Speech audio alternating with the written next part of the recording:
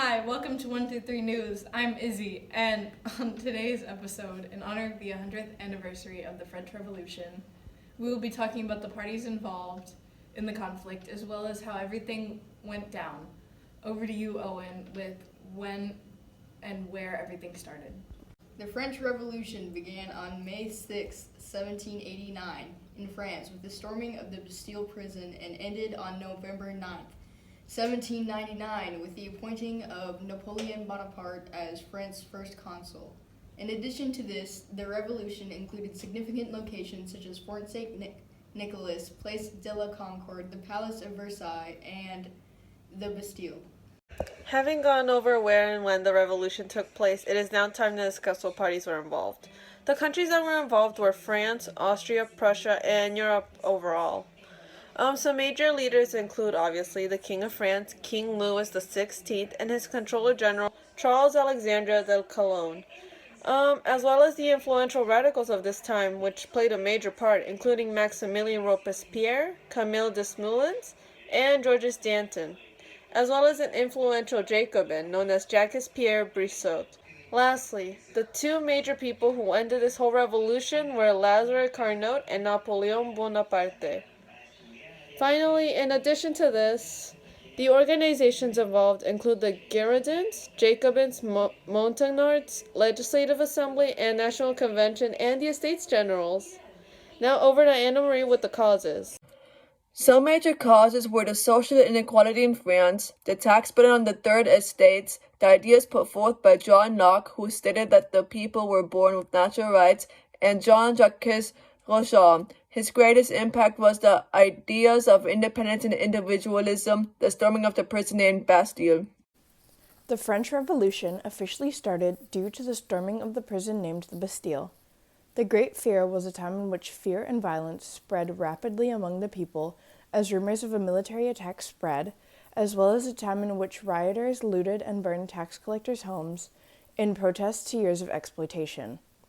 The Great Fear led to the National Constituent Assembly to get rid of feudalism on August 4, 1789. Later on that August, the Assembly accepted the Declaration of the Rights of Man and of the Citizen, which was a statement of demographic principles. After the execution of King Louis XVI, war with other European powers and intense divisions within the National Convention led the French Revolution into the Reign of Terror. In 1793, the Jacobins took control of the National Convention from the Girondins, and they established a new calendar and the eradication of Christianity. The Jacobins began the Reign of Terror, which was a 10-month-long period where suspected enemies of the revolution were guillotined. The death of Maximilien Robespierre marked the start of the Thermidorian reaction, which was a phase where the French citizens revolted against the Reign of Terror. The Assembly created a constitution on September 3, 1791, which allowed the king to have royal veto power and be able to appoint ministers, something which influential radicals like Maximilien Robespierre, Camille Desmoulins, and Georges Danton didn't like. The Legislative Assembly declared war on Austria and Prussia in April 1792 because it believed French immigrants were creating counter-revolutionary alliances. After the National Convention replaced the Legislative Assembly, they established the French Republic. After 4 years of financial struggles, discontent among the people, and political corruption, the Directory in power was abolished by the General Napoleon Bonaparte, who ended the French Revolution and appointed himself France's first consul. To end this news segment, we will now go over the major outcomes of the French Revolution. Some of these outcomes include that thanks to the French Revolution, France got its first French Constitution on August 1791 and became a republic.